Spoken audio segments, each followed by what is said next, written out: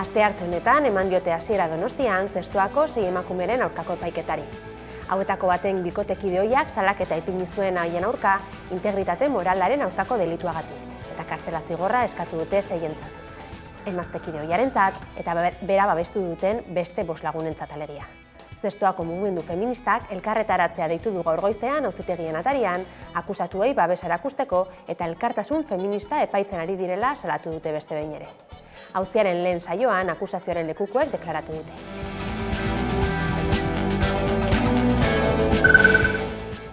Ela eta Labek mobilizazioak gauzatu dute astearte honetan Iruñean, euskaraz lan egin eta bizitzeko eskubidea bermatu dadila aldarrikatzeko. Gaurkoan, Nafarroako Parlamentuaren aurrean egin dute protesta eta bertan euskararen kontrako oldarraldia martxan dagoela salatu nahi izan dute sindikatuek. Hori eta Euskal Autonomia Erkidegoan sektore publikoan euskara eskakizuna arautzeko legea erreforma bidean dagoela kontutan hartuta, administrazioko langileek euskaraz lan egin eta herritarrek zerbitzu euskaraz jaso dezaten neurriak har daitezela exijitu dute Elak eta Labek. Bihar arrazoi bera izpide izanik mobilizatu egingo dira Gasteizen. Pantxoa eta Peio azkeneko zigoko dira holtzara 2027an. Izan ere, kontzertua egingo dute Bekeko erakustazokan urte horretako urtarrilaren 10ean. Astearte honetan Bilboko kafeantzokian eginiko agerraldian azaldu duten lez. Hala, ekitaldi horretarako sarrerak, ostegun honetan goizeko 10 aurrera izango dira salgai pantxoatapeio.eus webgunean. Euren ibilbideari agur duin bat ematea eta publikoari esker ona adieraztea dute helburu azken kontzertu honekin.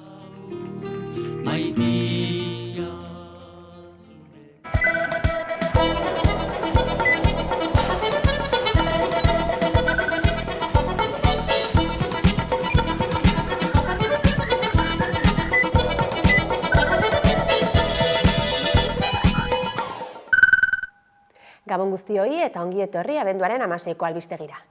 Martxoak 3 Fundazioko patronatuak onartu ditu Gasteizko San Francisco elizan egindako sarraskiaren biktimei eskainitako oroimenezko zentroa eraikitzeko obrak. Hala ere, jakinarazi dute seguruenik ez direla amaituta egongo sarraskiaren 50. urteurrenerako.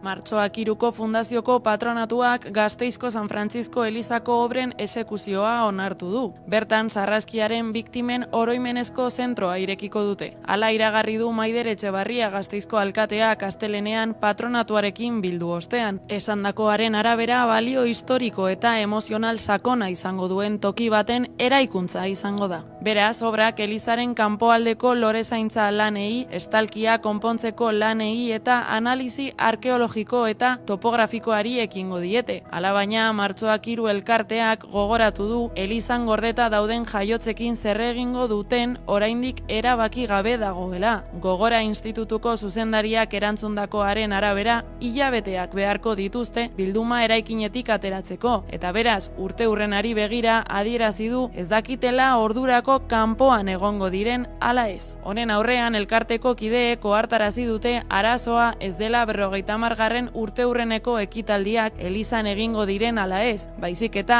ezinbestekoa dela memoriaguneak jorratuko dituen edukiak zehaztea. Gauzak horrela erakundei elkarte memorialistek ekainean aurkeztu zuten dokumentazioa aztertzeko eskatu diete. Bestalde, Martxoak 3 elkarteak pasaden astean ohar batez salatu zuen Eusko Jaurlaritzarekin sinatutako hitzarmena ez dagoela 2026ko aurrekontuetan islatuta. Ohartarazi zuten auzi hori konpondu ezean oroimenezko zentroa zuzenduko duen fundaziotik ateratzeko aukera zegoela. Hala ere, astelehen honetan elkarte memorialistak gogorako ordezkariekin batzartu dira eta jakinarazi dute Jaurlaritzaren aurrekontuak onartutakoan diru sail bat hitzarmenean adostutako lanetarako izango dela.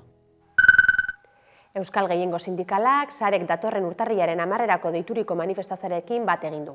Ela eta Labek bakearen eta elkarbizitzaren alde mobilizatzeko gonbidapena luzatu diote langileriari.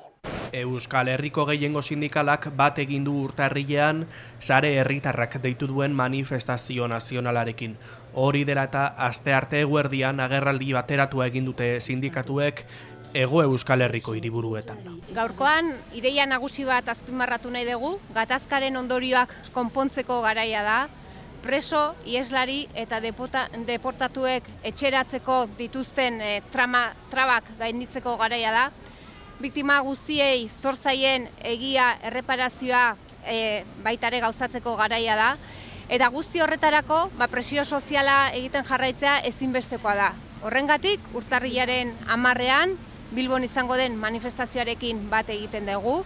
15 urte egingo ditu 2026an etak bere jarduna eten zuenetik, 9 urte armagabetzetik, eta uste dugu badela garaia benetako konponbide, elkarbizitza eta bake baterantzeko urratsak emateko. Horregatik deitu ditugu gaurko mobilizazio guzti hauek Euskal Herriko hiriburu desberdinetan. Askotan hitz egin dugu biktima guztien eta indarkeria guztien mina eta erreparazioaren garrantziaz, eta zentzu horretan uste dugu funtsezkoa dela Euskal preso eta ieslari politikoek pairatzen dituzten salbuespen lege eta politikak bertan bera ustea. Gogoratu dute hurrengo urtean 15 urte beteko direla etak jarduera armatua eten zuela eta atzera begirako ariketa zintzua egitea dagokiela Euskal jendarteari, instituzioei, arduradun politikoei eta alderdiei eta sindikatuei eurei. Era berean nabarmendu dute azken 15 urteotan zenbait aurrerapen eman direla, baina behin betiko konponbidea gehiegi luzatzen ari dela, indarrean jarraitzen dutelako sufrimenduak eta salbuespenak. Horiek horrela jendarteari dei egiten diete, hurrengo urtarrilaren 10ean Bilbon egingo den manifestazioan parte hartzera. Behin betiko konponbidea gehiegi luzatzen ari Euskalgintzaren Kontseiluak ekitaldia egin du astelehen honetan Iruñean. Nafarroako Parlamentuaren fatxada argiztatu dute Euskararen foru legea onartu zenaren 39. urteurrenean, Euskara larrialdi linguistikoan dagoela islatzeko asmoz. Abenduaren 15ean astelenez Euskalgintzaren Kontseiluak agerraldia egin du Nafarroako Euskararen zonifikazio legearen urteurrena dela eta. Duela 39 urte, Nafarroako Parlamentuak Euskararen foru legea onartu zuen. Araudi horrek Euskararen ofizialtasuna Nafarroako lurralde zati batera mugatu zuen, eta gaur egun ere hala jarraitzen du. Kontseiluaren esanetan, egoera horrek milaka herritarren hizkuntza eskubideak urratzen ditu. Horregatik, indar politikoei eskatu diete Euskarari Nafarroa osoan berdintasun estatusa emateko. Zonifikazio hau segregatzailea dela, batetik euskaraz ardazten diren, euskara lehen hizkuntza duten milaka nafarri eragotzi egiten dielako euskaraz bizitzea, beren hizkuntza eskubideak ukatzen eta urratzen dizkie etengabe, eta bestetik milaka nafarri Nafarroako berezko hizkuntzara hurbiltzea, ezagutza eta harremana izatea ukatzen die. Siadekok UEMarentzat egindako azken proiekzioaren arabera, Nafarroan euskararen hazkundea eten daiteke eta hiztun kopurua jaisten haz daiteke datozen urteetan. Horren aurrean, Euskalgintzaren Kontseiluak ohartarazi du euskara larrialdi linguistikoan dagoela.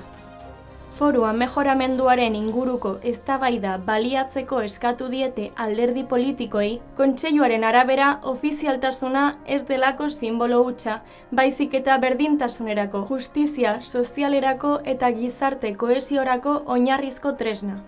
Lehen mobilizazioa abenduaren 27an egingo dute Bilbon, Miribilan. Euskaltzaleen batasuna eta indarra erakustea dute helburu aldi berean hizkuntza politiken aldaketa eskatzeko. Kontseiluak azpimarratu du euskararen ofizialtasun osoa dela Nafarroako etorkizunerako bermerik sendoena.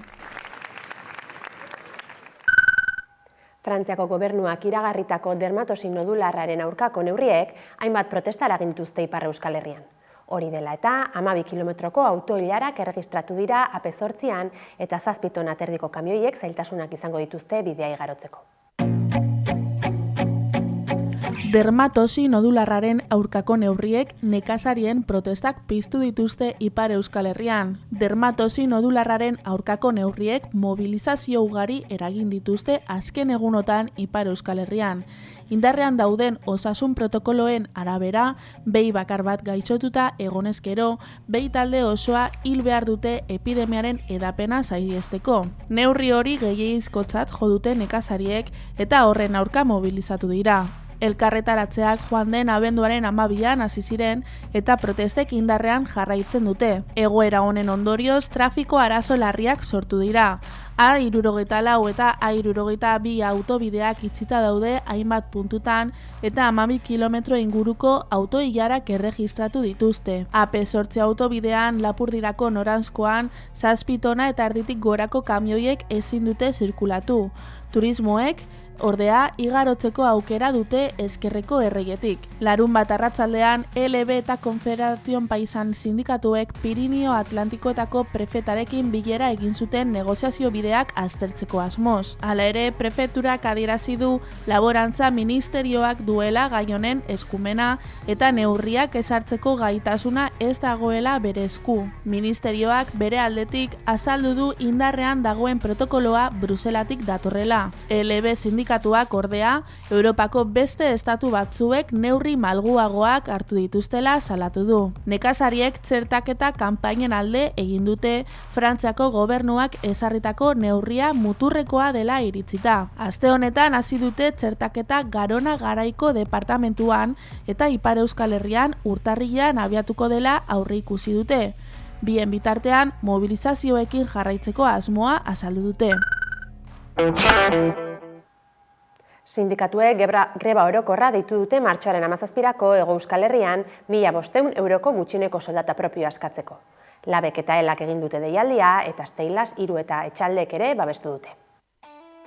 Elak eta Labek greba orokorra deitu dute martxoaren 17rako Hego Euskal Herrian, 1.500 euroko gutxieneko soldata propioa ezartzeko asmoz. Steilasek, Hiruk eta Etxaldek ere greba babestuko dute. Azaldu dutenez, grebaren bitartez, Confebask, patronala eta erakunde publikoak gaiaren inguruan negoziatzera behartu nahi dituzte. Era berean, Eusko Jaurlaritzari eta Nafarroako gobernuari sindikatuek aurkeztutako herri ekimen legegileari bizkarra eman izana egotzi diete. Izan ere, 128.000 herritarrek baino gehiagok babestu zuten. Sindikatuek emandako datuen arabera, 307.000 lagunek 1.500 euro gordin baino gutxiago irabazten dute hilabetean Hego Euskal Herrian. Ildo horretan, Elako idazkari nagusiak Mitxel Lakuntzak nabarmendu du gaur egun ezin dela 1.184 eurorekin bizi. Gainera, bere iritziz gutxieneko soldata igota aberastasuna hobeto banatuko da eta burujabetasuna handituko da. Lab sindikatuak bere aldetik gutxieneko soldata Hego Euskal Herrian erabakitzearen beharra azpimarratu du.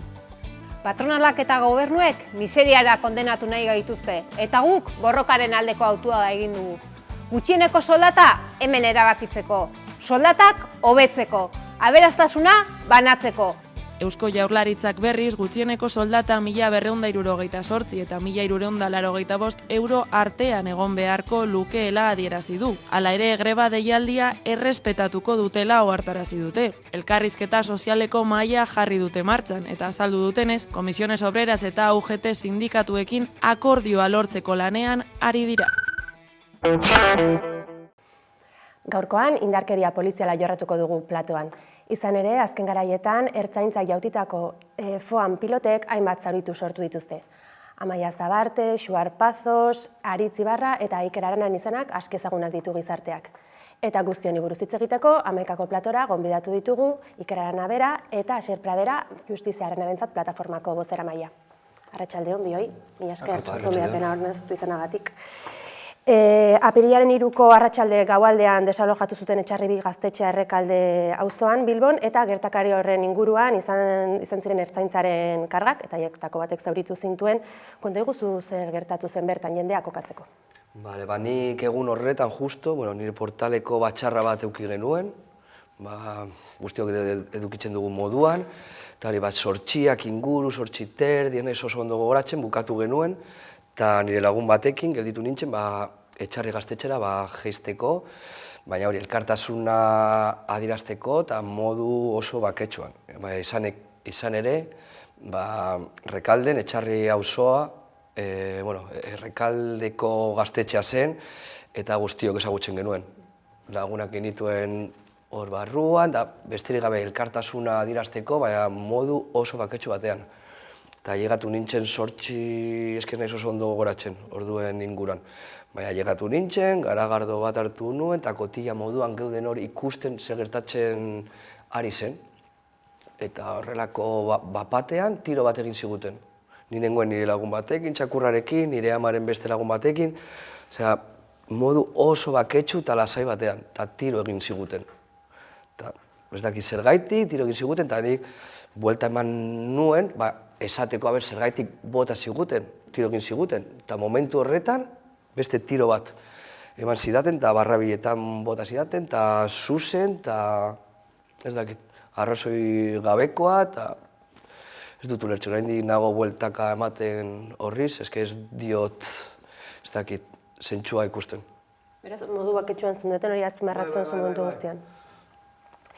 Apiriletik, Bingen Zupiria segurtasun sailburuak hainbat adierazpen egin ditu honen inguruan, eta tarteko dago apirilaren 9an Naiz irratian eginiko elkarrizketan esan zuen, ertzaintza harremanetan saiatu zela jartzen zurekin, baina ez zenuela haiekin hitz egin nahi izan, behintzat momentu horretan berak esandakoaren arabera. Hilabete guztiotan momenturen batean segurtasun sailarekin harremanik izan duzu, esan dizute zerbait? Zirako momentuetan, bai jarri ziren nirekin kontaktuan, baina hori bakarrik salaketa jartzeko eta nik eta nire ingurukoak bildu genituen frogak aurkezteko haiei. Baina horretaz aparte gero ja ez dute zebez jakin, ez dute zebez jakin berriro. Maiatzaren 7an, Eusko Legebiltzarren egindako agerraldi batean, Zupiriak zuri gertatutakoa ertzainaren baten jokabide desegokiaren ondorizatea balitekeela adierazi zuen behintzat lehen biziko aldiz. Zer esan dezakezute adierazpen hori buruz? Nik esango nuen, hasiera batean guztia estaltzen saiatu zirela, baina behin ikusita nik eta nire ingurukoak bildu genituela frogan nahiko eta oso onak, aurrera jarraitu zuten prozesuarekin. Baina hori, froga guztiak guk bildu ditugulako, nik eta nire ingurukoak. Eta froga horiek egongo izan ez balira, esen epaiketa egongo, esen ezebez egongo. Beste hainbat kasutan gertatu den moduan. Zuek, gertakaren inguruko salaketa ipinita dago, Uztailean foan pilota jaurtiriko ertzaina identifikatu zutelare adierazi zen, nolako izan da orain arte prozesu judiziala? Baina eske nik hori, berriz esango nuke hori, froga guztiak nik eta nire ingurukoak batu ditugula. Eta hori ikusita, hori gero aurrera, hortik aurrera, prozesua aurrera jarraitu dute. Orain esan duzun horren arira, hori oso kritikoak izan zarete azpimarratzen ari zaren horrekin, hau da, frogak zuek bildu dituzuela, ertzaintzak ez duela behar adinako esfortua jarri horretan, eta zuek adibidez bizilagunei galdezka lortu dituzuela frogak, ezta? Bai, tinberak ikutzen, portaletan sartu, tinberak ikutzen, auzokoekin hitz egiten, eta eske hori, ez dut sinesten guk egin dugun lan hori, ertzainak zin dezakeala guk egin dugun gauza berdina egin. Ez da hori, ez dute egin. Ikuste hor ikusten dela nahiko modu nabarmenean, nola izaten den haien prozedura horrelako kasuetan, ez? Hau da, alden guztia estali eta frogak ikusten da kasu honetan, frogarik ez dute haiek lortu, eta behin froga horiek mahai gainean egon direnean eta nahiko onak direnean, beste erremediorik gelditu ez haienean, orduan, jarraitu da aurrera prozedura judizialak eta ikusiko dugun hor arte. Holanda, ez dute gardentasunarekin jokatzen edo ez dakit, nola esan. Baina, ertzainak berez, badituzte bodycam delako horiek, gainean eramaten dituzten kamera horiek, halakoetan, 30 kamera baino gehiago bazeudela adierazi izan duzu, eta grabatutako ezer agerian ez gelditzea, aurreko osteguneko agerraldian esaten zenuen, kosta egiten zitzaizula sinestea. Piskat esan duzunen arian, badago, edo uste duze badagoela gardentasunik bodycam horiek grabatzen duten edo duten horrekin? Nik esango nuke, inoiz ez dela argitu kasu polizial bat bodycamei buruz, eta ez dela inoiz etorkizunean argituko kasuren bat. Beraiek daukate erabakitzen dute noiz piztu eta noiz itxali. Beraz, haiek eraso egiten dutenean, itxaltzen dute, jendea erantzuten dienean, itxaltzen dute. Ez dakit zergaitik ez zai esaten, ezin dituztela manipulatu. beste hainbat lanpostuetan gertatzen den moduan, daukazu zure kamera, eta ezin duzu itxali ez amatatuz ezebez. Eta amatatzen baduzu, hori zigor bat edukiko du.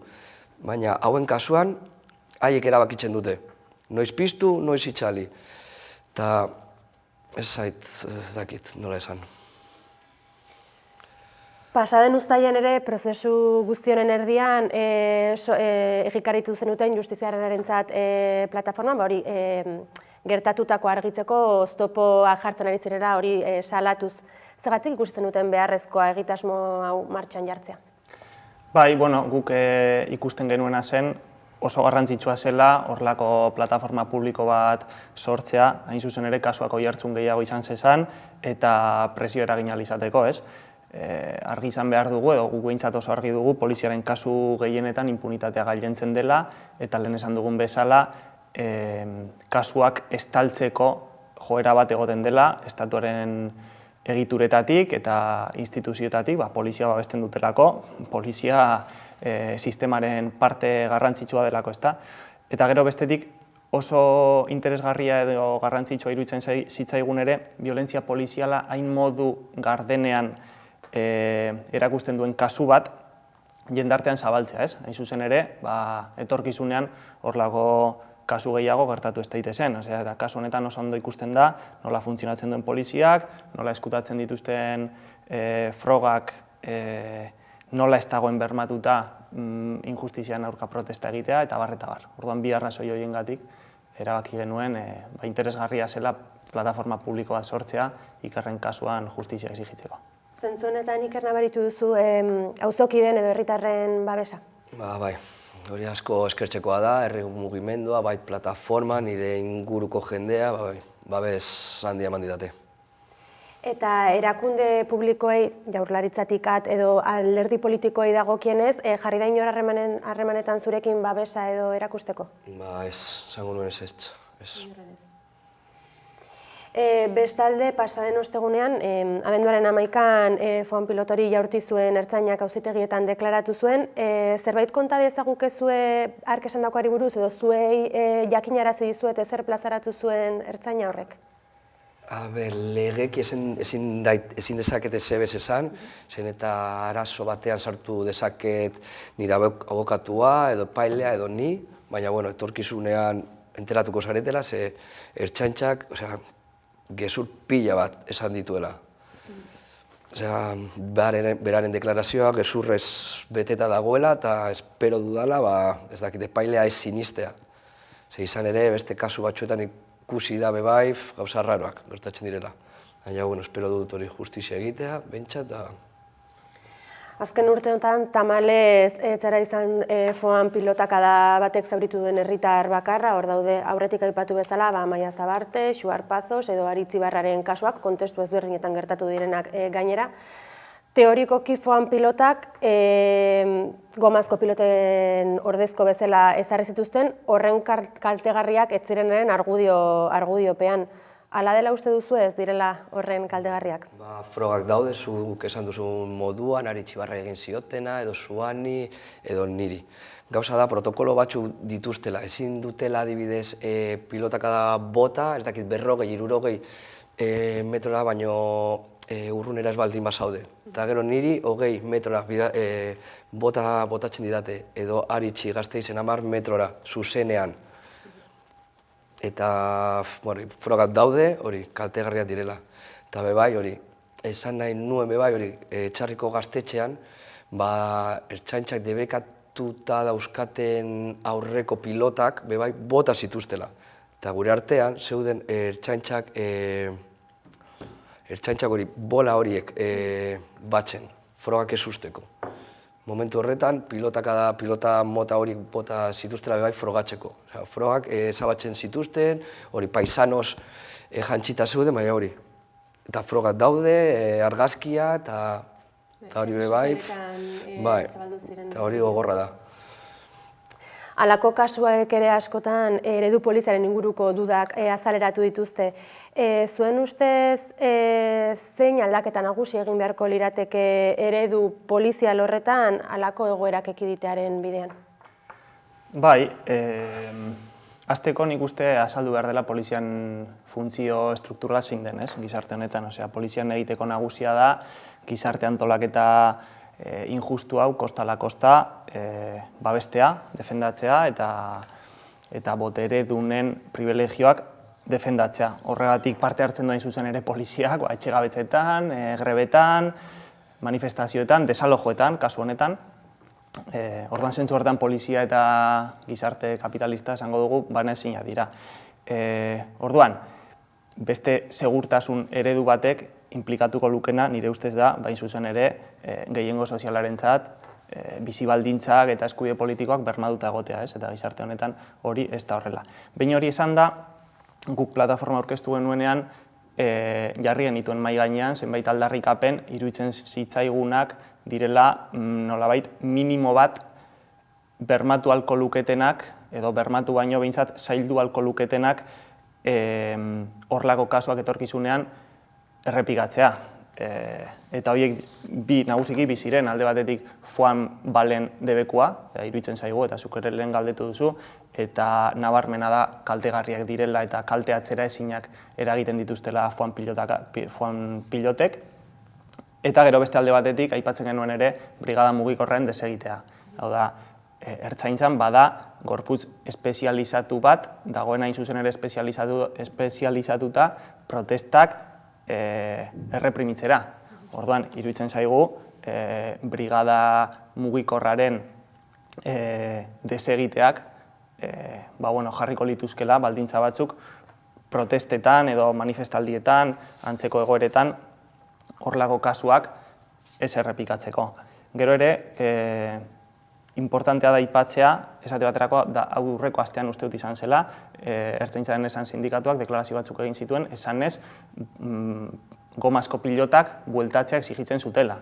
Orduan, bada horlako kontestu honetan, autoritarismo kontestu honetan, bada horlako indar bat nahi duena, ez bakarrik Foan pelotak mantendu, baizik eta atzera bueltatu eta gomazko pilotetara bueltatu. Orduan, guk uste dugu horlako neurrien kontra egin behar dugula, polizian impunitatearekin eta abusuekin amaitzeko. Protokoloak ere aldatu egin beharko lituzkete halako egoeretarako? Aldatu edo errespetatu bentsat. Ze hori, ezin dute ez dakite nola den, baina ezin dute bota pilotakada bat norbaiti 60 metro baino urrena ez baldin badago. Eta saltatzen dute, egiten duten nahi dutena.